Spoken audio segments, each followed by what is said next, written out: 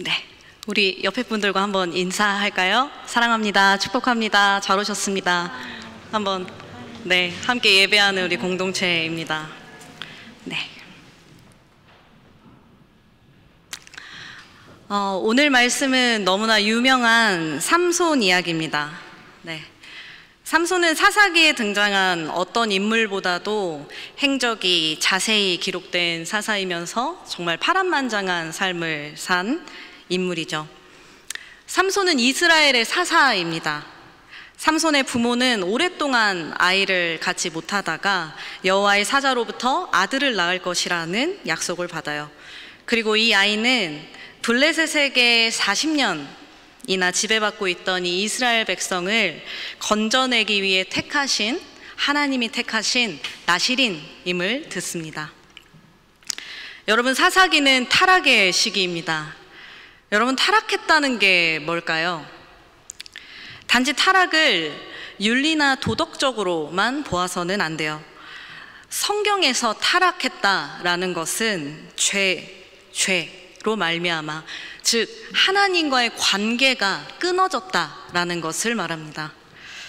여러분, 하나님은 그럼에도 불구하고 언제나 이런 이스라엘 백성들을 포기하지 않으시고 하나님께 돌아오게 하기 위해서 늘 사사를 보내십니다. 여러분, 사사 시대를 이미지화 해보자면요, 스프링 구조라고 생각하시면 돼요. 이스라엘 백성들이 범죄합니다. 하나님을 떠나요. 그럼 하나님은 경고하세요. 하지만 이들은 듣지 않고 하나님은 이들을 향해서 듣지 않은 이스라엘 백성들을 향해 사랑의 매를 드시죠. 회초리를 드십니다. 심판하세요. 그럼 이스라엘 백성들은 깨달아요. 하나님 앞에 회개합니다. 하나님 앞에 부르짖어요. 그러면 그들을 불쌍히 여기신 하나님께서 사사를 통해서 그들을 구원하시죠. 그런데 또 좀 있으면은 잊어버리고 다시 이스라엘 백성들은 범죄합니다. 이 사이클이 여러분도 잘 아시겠지만 계속 동그라미로 반복되고 있다고 생각하실 수 있지만, 사실 이 사사기 구조를 보면 이 동그라미 이 사이클이 점점 아래로 추락하는, 방향성이 아래로 추락하는, 그런 신앙의 방향성이 추락하는 그 구조를 보이고 있다는 거예요. 사사기를 대표하는 말씀이죠. 그때 이스라엘의 왕이 없음으로 사람이 각기 자기의 소견에 옳은 대로 행하였더라. 여러분, 자기의 소견에 옳은 대로 행했다라는 것은 내 관점, 내 생각, 그리고 내 눈에 보기 좋은 대로 살았다는 겁니다. 그런데 중요한 것은요, 오늘 말씀의 주인공인 이 삼손 또한 그렇게 살았다는 거예요.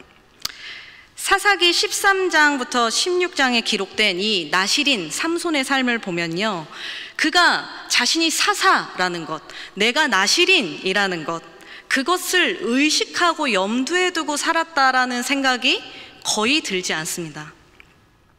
그저 내 눈에 좋아 보이는, 내가 좋아하는 여자랑 결혼하고요, 나실인이라면 하지 않아야 할 부정한 것을 만지지 않는 일, 그것 또한 어겨요. 죽은 사자의 주검 속에 있는 꿀을 빼내서 걸어가면서 먹고요, 자기만 먹는 게 아니라 그 속에서 얻은 꿀이라는 것을 이야기하지 않은 채 부모님께 드리기도 합니다. 그리고 첫 번째 아내가 죽고 삼손은 성경에서 기생을 만났다, 가사에 내려가 기생을 만났다라고 하는데 사실은 창녀를 만나기도 해요. 내가 하고 싶은 대로, 내 마음이 그냥 끌리는 대로, 그렇게 전혀 고민 없이 살아가는 모습이 바로 삼손의 모습입니다. 그리고 오늘 말씀엔 삼손이 사랑했던 여인 들릴라가 등장하죠. 들릴라가 어느 나라 사람인지는 사실 분명하지는 않아요. 블레셋 사람이라고 추정은 하지만 사실 그것도 확실하지는 않고요. 사실 이미 이방 여인과도 결혼했던 삼손이 들릴라가 이방 여인인지 아닌지는 사실 그렇게 그다지 중요하지 않았을 거예요. 블레셋의 5 성읍 통치자들은 서로 연합을 합니다. 누구를 쓰러뜨리기 위해서요? 삼손, 우리의 원수. 그 삼손을 쓰러뜨리기 위해서 연합해서 들릴라를 통해서 이 삼손의 엄청난 힘의 근원이 무엇인가, 어디에 있는가를 알아내려고 하죠. 사사기 16장 5절을 보면요, 오늘 본문은 아니지만 블레셋 통치자들이 들릴라가 삼손의 비밀을, 이 힘의 비밀을 알아내는 조건으로요, 여러분 무엇을 제시할까요? 네, 당연히 돈을 제시하겠죠. 이 5성읍의 통치자들이 각각이 엄청난 돈을 약속해요. 그리고요, 성경에서는 이 돈의 액수를 듣고, 이 은이 얼마라는 소리를 듣고 들릴라가 갈등했다거나, 삼손과 이 돈 사이에서 갈등했다거나, 뭔가 번뇌했다거나 고민했다는 흔적이 전혀 있지 않습니다. 오히려 들릴라보다 삼손이 굉장히 번뇌하고 고민하며 힘들어해요. 사사기 16장 16절입니다. 날마다 그 말로 그를 재촉하여 조르매 삼손의 마음이 번뇌하여 죽을 지경이라. 누가 무엇을 여러분 재촉하나요? 잘 아시겠지만, 네, 들릴라가 삼손에게 힘의 비밀을 계속 얘기해달라고 재촉합니다. 날마다 졸라요. 그리고 사실은 이렇게 계속 이런 반복되는 사건이 앞에 3번이나 있었으면 의심하고, 그리고 뭔가 이상하다라고 생각하고 그렇게 알아차릴 만도 한데, 영적으로 완전히 어두워져 있는 삼손은요, 결국 자신의 힘의 비밀을 이야기합니다. 17절이죠. 삼손이 진심을 드러내어 그에게 이르되 내 머리 위에는 삭도를 대지 아니하였나니 이는 내가 모태에서부터 하나님의 나실인이 되었음이라. 만일 내 머리가 밀리면 내 힘이 내게서 떠나고 나는 약해져서 다른 사람과 같으리라 하니라. 아멘. 여러분, 삼손이 지금 자신의 힘이 어디에 있는 것처럼 말하나요? 네, 머리카락이요. 자신의 머리카락이요. 그런데 여러분 잘 아시다시피 삼손의 힘이 머리카락에 있나요? 아니죠. 삼손의 착각이죠. 여러분, 삼손은 누구입니까? 나실인이에요. 나실인이라는 건 구별된 자라는 것입니다. 나실인이 머리카락을 자르지 않는 것은요, 머리카락 이 자체에 힘이 있어서가 아니라 내가 하나님과 관련된 사람이다, 나는 하나님 앞에 거룩하게 구별된 사람이다 라는 증표인 것이죠. 즉 여러분, 삼손이 왜 타락했는가? 그의 타락의 출발점은 내가 누구인지 몰랐던 것이에요. 자신이 누구인지 몰랐던 것입니다. 근데 물론 여러분, 머리로는 알아요. 머리로는, 생각으로는 내가 나실이님을 알아요. 부모님께 들었고 자기의 입으로, 삼손의 입으로 내가 나실인이다 라고 이야기도 합니다. 하지만 여러분, 그 가치가, 그 나실인이라는 가치가 내 안에 너무 작은 거예요. 진짜 나실인의 가치를 삼손이 알았다면, 내가 하나님께 속한 자라는 것, 나의 힘이 하나님께 있다는 것, 그것을 진짜 알았다면, 자신의 정체성을 끝까지 진심으로 깨닫지 못하니까 나실인의 규례를 서슴없이 어기고 그저 내가 좋은 대로, 내가 하고 싶은 대로 기준을 잃어버린 삶을 살았던 것이에요. 여러분은 여러분 자신이 누구라고 생각하시나요? 신앙이 무너지거나 믿음이 자라지 않는 데는 여러 가지 이유가 있겠지만 그 중에 한 가지 이유가, 그건 자신이 누구인지 모르는 데에서 나와요. 머리로는 알아요. 난 교회 다니고 나는 하나님의 자녀래, 나는 그리스도인이래, 머리로는 알아요. 하지만 진짜 그 가치를 모르는 것이죠. 여러분, 우리는 누구냐면 그리스도인입니다. 우리는 그리스도인이에요. 그리스도인이란 예수 그리스도의 피값으로 새 생명을 얻은 자입니다. 하나님의 구원을 선물로 받은 자예요. 하나님의 자녀된 권세를 받은 자예요. 이러한 권리를 받았다면, 그 가치를 내가 안다면 그 가치를 가진 자답게, 그 권리를 가진 자답게 살아가야 하는 것이 여러분, 우리의 의무입니다. 여러분이 이 세상을 살아가는 방법과 기준이 무엇인가요? 여러분, 이걸 왜 묻냐면요, 내 안에 정체성이 확고하면, 내가 누구인지가 확고하면 여러분 헷갈리지 않아요. 헷갈리는 순간부터 일어나는 일이 무엇이냐면 합리화와 타협입니다. 삼손은 나실인이었어요. 그러나 삼손은 자신의 정체성을 놓쳤습니다. 자신이 누구인지를 놓치니까 내가 무엇을 해야 하고 무엇을 하지 말아야 하는지 기준을 잃어버렸어요. 하나님이 이스라엘 백성들을 구원하라고 주신 그 힘과 재능을요, 그저 자신의 욕망과 재능, 그냥 자신의 그런 욕정에 써버리고 말았어요. 여러분, 하나님과의 관계가 올바른 사람은 내가 누구인지 압니다. 그렇기에 내 생명이 누구의 것이고 나에게 힘과 재능을 주신 분이 바로 하나님이심을 알아요. 그리고 나는 이 땅 가운데서 하나님의 자녀이기 때문에 내가 이 땅에서 누리는 것뿐만이 아니라 내가 빛과 소금의 역할을 감당하며 살아야 하는 자임을 여러분 잘 지켜지지 않더라도, 그것이 힘에 겹더라도 잘 안다는 것입니다. 그런데 하나님이 주신 재능과 시간과 그리고 생명을 우리가 이 땅에서 누리고 살다 보면요, 어느 순간 그것이 내 것인 줄 알아요. 어느 순간 그것이 나만의 것인 줄 압니다. 이것이 내가 잘해서 가진 재능, 내가 잘해서 가진 힘인 것처럼 착각하고 행동해요. 그렇게 정체성이 흐릿해지는 순간부터 그 사람은 부르신 자와 상관없이 세상에 흡수되어, 세상에 점점점 흡수되어 살아갑니다. 여러분, 마치 어떻게 해요? 오늘 말씀의 이 시대의 배경인 사사시대처럼요. 자기 소견에 옳은 대로. 그러니 내가 모르고 쓰는 재능, 내가 모르고 쓰는 나의 능력, 내가 모르고 하는 모든 선택은 여러분 오늘 말씀의 주인공인 삼손처럼 잘못하면 타락의 길로 갈 수 있다는 것, 하나님을 떠나는 길로 갈 수 있다는 것을 여러분 잘 아셔야 합니다. 오늘 성경을 자세히 보면요, 삼손이 무너진 원인을 또한 이런 식으로 표현하고 있어요.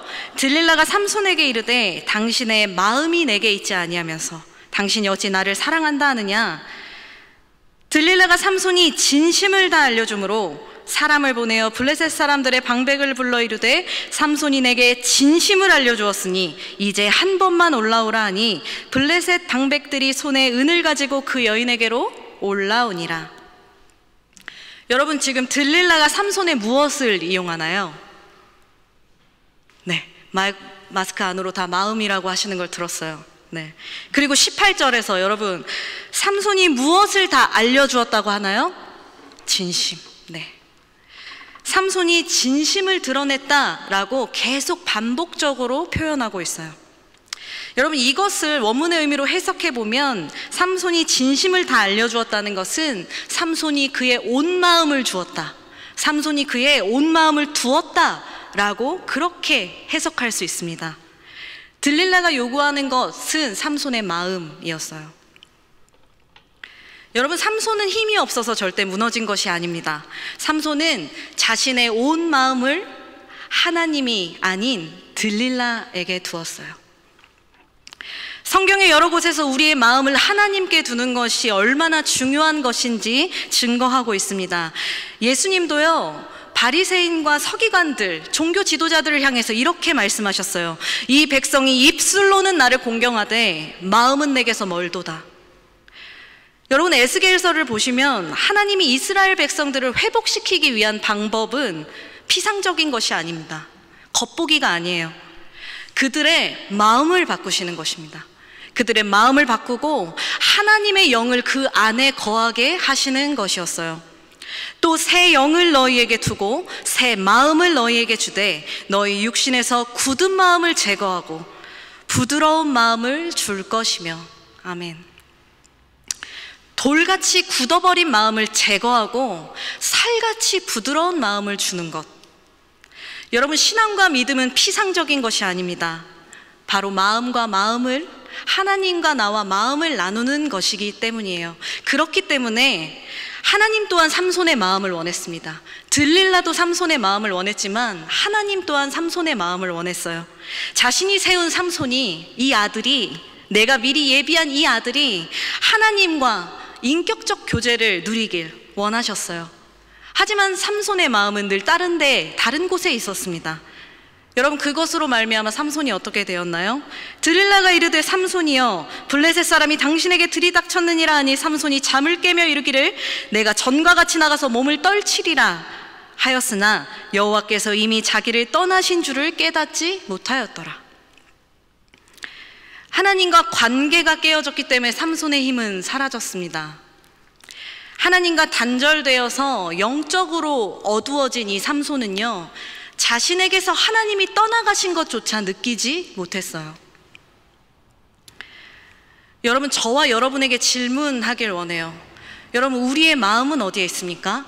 여러분의 마음은 어디에 있나요? 내가 늘 보고, 내가 늘 듣고, 내가 늘 생각하는 것. 여러분, 이 얘기를 하면 그러면 하루 종일 성경만 보라는 건가? 찬양만 들으라는 건가? 여러분, 그런 것이 아니에요. 내가 하나님께 나아가기도 전에, 내 마음을 하나님 앞에 들여보기도 전에 여러분의 마음을 빼앗는 것이 무엇이냐는 것입니다. 여러분, 그것이 정말 음란입니까? 아니면 어떠한 사람입니까? 아니면 게임이에요? 이성? 나의 꿈? 그것이 바로 여러분이 마음을 둔 것이라는 거예요. 하나님 없이 그 모든 것에 내 마음을 다 빼앗겨 버린 것은 아닌지, 여러분이 보고 듣고 생각하는 그것이 하나님을 내 마음 안에, 내 영 안에 두는 것에 오히려 방해하는 것은 아닌지, 여러분, 우리는 잘 영적으로 깨어 분별해야 해요. 이 시대의 그리스도인들이 타락하고 교회가 변질되는 것은요, 여러분, 몸은 교회에 있을지라도 마음은 딴 데 있기 때문입니다. 마음은 세상에 두고 살아가기 때문에, 마음은 세상에 빼앗겼기 때문이에요. 예수님은 요한복음 15장 4절에서 이렇게 말씀하십니다. 여러분, 이것은 한번 작은 소리로 읽어볼까요? 내 안에 거하라. 나도 너희 안에 거하리라. 가지가 포도나무에 붙어있지 아니하면 스스로 열매를 맺을 수 없음 같이 너희도 내 안에 있지 아니하면 그러하리라. 아멘.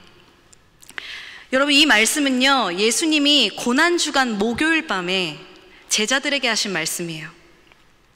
십자가를 앞에 두고 당신은 죽을 것이기 때문에 육신적으로는 나는 제자들을 떠나지만 이 남아있을 제자들에게 하신 말씀입니다.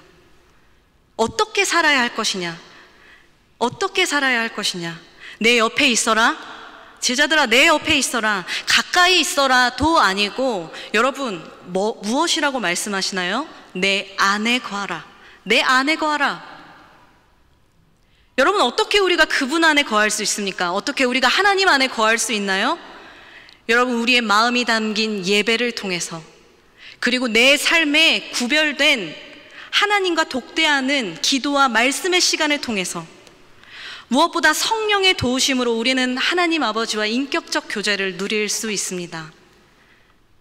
그리고 이어서 예수님은 이렇게 말씀하세요. 나는 포도나무요, 너희는 가지라. 그가 내 안에, 내가 그 안에 거하면 사람이 열매를 많이 맺나니 나를 떠나서는 너희가 아무것도 할 수 없음이라. 여러분, 여기서 떠나서는의 진짜 의미는 뭐냐면요, 원문의 뉘앙스를 보면 떠나서는 제쳐놓고 라는 뜻이에요. 즉 무슨 말인가요, 여러분? 나를 제쳐놓고는 너희가 아무것도 할 수 없다. 나를 제쳐놓고는 너희가 아무것도 할 수 없어. 여러분, 뿌리에서 잘린 꽃이 처음에는 싱싱해 보여도 언젠가는 시드는 것처럼, 줄기에서 절단된 가지가 언젠가는 말라버리는 것처럼요, 여러분, 예수님을 제쳐둔 자의 삶이 이렇다는 거예요. 열매 맺지 못한다는 겁니다. 여러분, 뭔가 과실을 많이 키워보셨으니까 잘 아실 테지만요, 열매는 처음부터 알지 못합니다. 내가 모종을 사와서 처음 심었을 때 처음부터 알지 못해요. 모든 깻잎이 다 잘 자랄 것 같아요. 다 잘 수확할 것 같아요. 그런데 여러분, 나무에 달린 모든 열매가 처음엔 잘 자랄 것 같지만 끝에 가봐야 아는 거예요. 가룟 유다도 그랬습니다. 여러분, 오늘 말씀 속에서 삼손도 그랬어요. 가룟 유다는 예수님의 12 제자인 척 그 제자의 무리 안에 있었고요, 삼손이 오늘 떨친 힘을 보면 나시린으로서 아주 열매 있어 보였습니다. 그렇지만 끝을 보니까, 나중에 보니까 그들 안에 하나님이 없었다는 거예요. 가룟 유다와 삼손처럼 교회 안에도 이런 사람들이 많습니다. 평생 한 번도 예수님과 인격적 만남과 교제 없이 그냥 종교적인 습성에 따라서 시험에 패스해서 학교에 졸업해서 여러분 직분자도 될 수 있고 목회자까지 될 수 있어요. 여러분, 하지만 이런 사람은 결국은 끝에 열매로 나타납니다.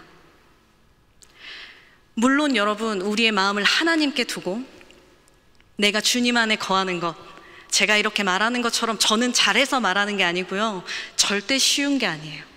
너무나 어렵습니다. 사단이 우리 마음에 날마다 가라지를 뿌리거든요. 내 안에 수많은 근심과 걱정의 잡초와 가시덤불이 자라거든요. 그런데 여러분, 하지만 내 마음을 지키는 게 쉽지 않다고 해서 가만히 두면요, 잡초와 가시덤불이 자라서 어느 순간 내 영을 장악합니다. 내 마음을 장악해요. 그분이 내 안에 오실 틈이 없어요. 그래서 여러분, 우리는 수시로 잡초를 뽑아내야 합니다. 가르텐 있으신 분들 잘 아시죠? 수시로 잡초를 골라내줘야 되잖아요.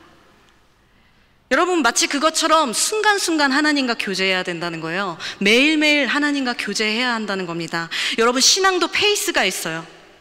갑자기 마라톤 막 30km 갈 수 없는 것처럼 우리의 신앙의 흐름을 유지하셔야 합니다. 날마다 매일매일 순간순간. 여러분, 곧 방학이고 많은 분들이 한국으로 그리고 이곳 저곳으로 휴가를 떠나실 예정이죠.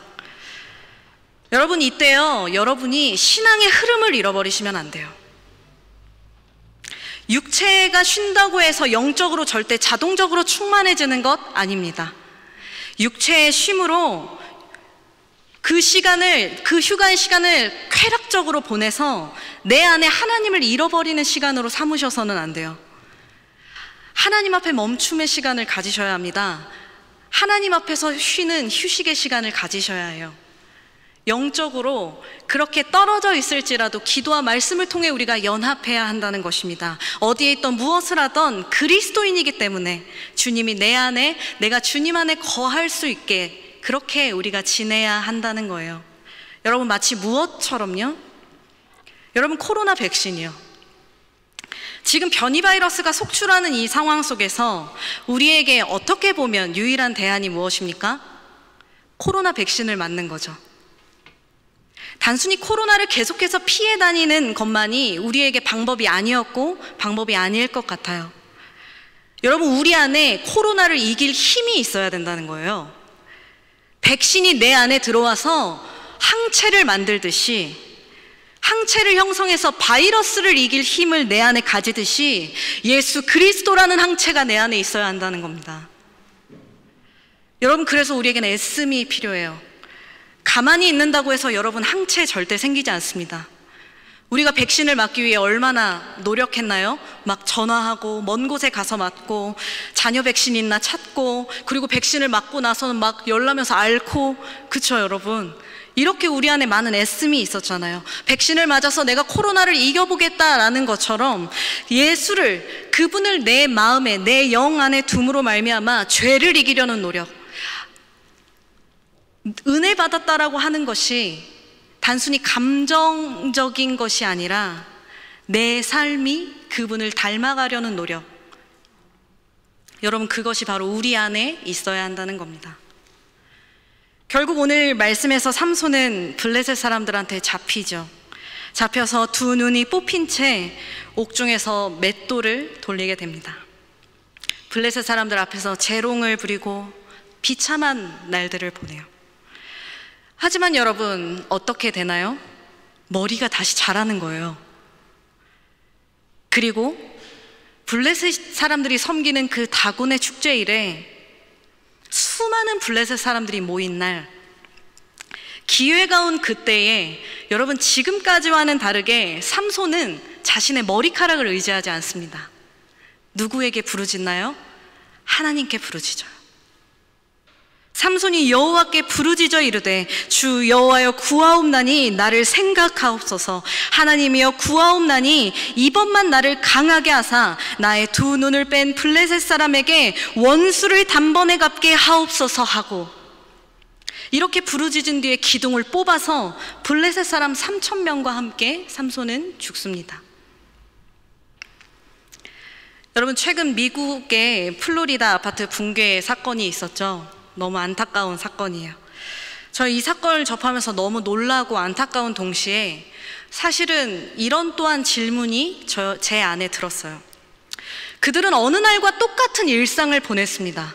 어느 날과 똑같이 내일이 올 것처럼 일상을 보내던 중에 죽음을 맞이했어요.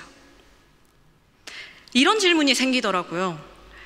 저들은 자신의 죽음을 준비하며 살았을까? 여러분, 우리의 생명은 무궁무진하지 않습니다. 장례 지도사로 사역하시는 어떠한 전도사님이 이렇게 말씀하시더라고요. 나는 오늘도 죽어가는 장례 지도사입니다. 죽어가는. 우리는 계속해서 살 것 같지만 우리의 생명은 끝나서 이 땅에서 퇴장하는 순간이 있다는 거예요. 우린 언젠가는 하나님 그분 앞에 서는 날이 있다는 겁니다. 그런데 많은 이들이 노후는 열심히 준비하지만 죽음은 준비하지 않아요. 자신은 예외라고 생각합니다. 특히 젊을수록 그래요. 청년일수록. 그래서 세상에만 마음을 둔 채 살아갑니다. 평생 살 것처럼, 내 목숨이 무한한 것처럼 우리의 마음을 세상에만 둔 채 살아가요. 두 눈이 멀쩡할 때 삼손은 눈앞에 보이는 것밖에 보지 못했습니다. 세상과 내가 좋아하는 여자, 내가 좋아하는 것, 그것밖에 보지 못했어요. 하지만 두 눈이 뽑혀버린 그때에 비록 세상은 보이지 않을지라도 영적인 눈을 떠서 이제 누구를 보는 건가요? 하나님을 보는 거예요.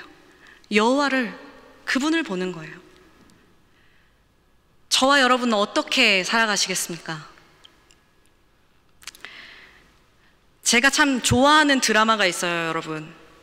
오늘 말씀 제목도 사실 여기에서 생각해서 따왔는데 슬기로운 의사생활입니다. 좀 동요하시는 거 보니까 보시는 건가요? 네, 의사들의 그 소소한 일상을 담은 그런 이야기인데요.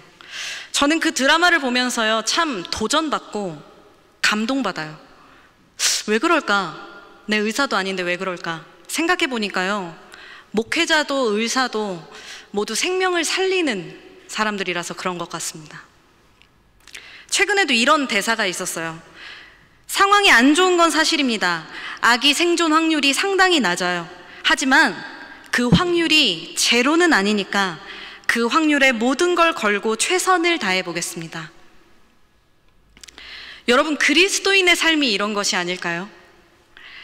이 땅의 삶이 어렵고 나를 두렵게 하는 것이 너무나 많고 나는 연약하지만 주님이 내 안에 계시기에, 주님이 나를 붙드시기에 내 소망은 절대 제로가 될 수 없어서 오늘도 나는 주님 앞에서 그 소망이신 주님을 붙잡으며 최선을 다해 살아보겠다고 그렇게 다짐하는 겁니다.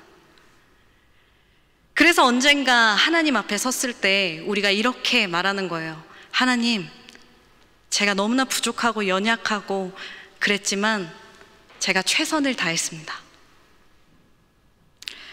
마지막으로 여러분, 사실 7월 첫째 주는요, 한국에서는 맥추감사주일로 많이 지키죠. 맥추감사주일이 어떤 주일인가요? 상반기를 돌아보면서 하나님의 은혜를 기억하고 헤아려 보는 날입니다. 여러분, 무엇에 감사하시겠습니까?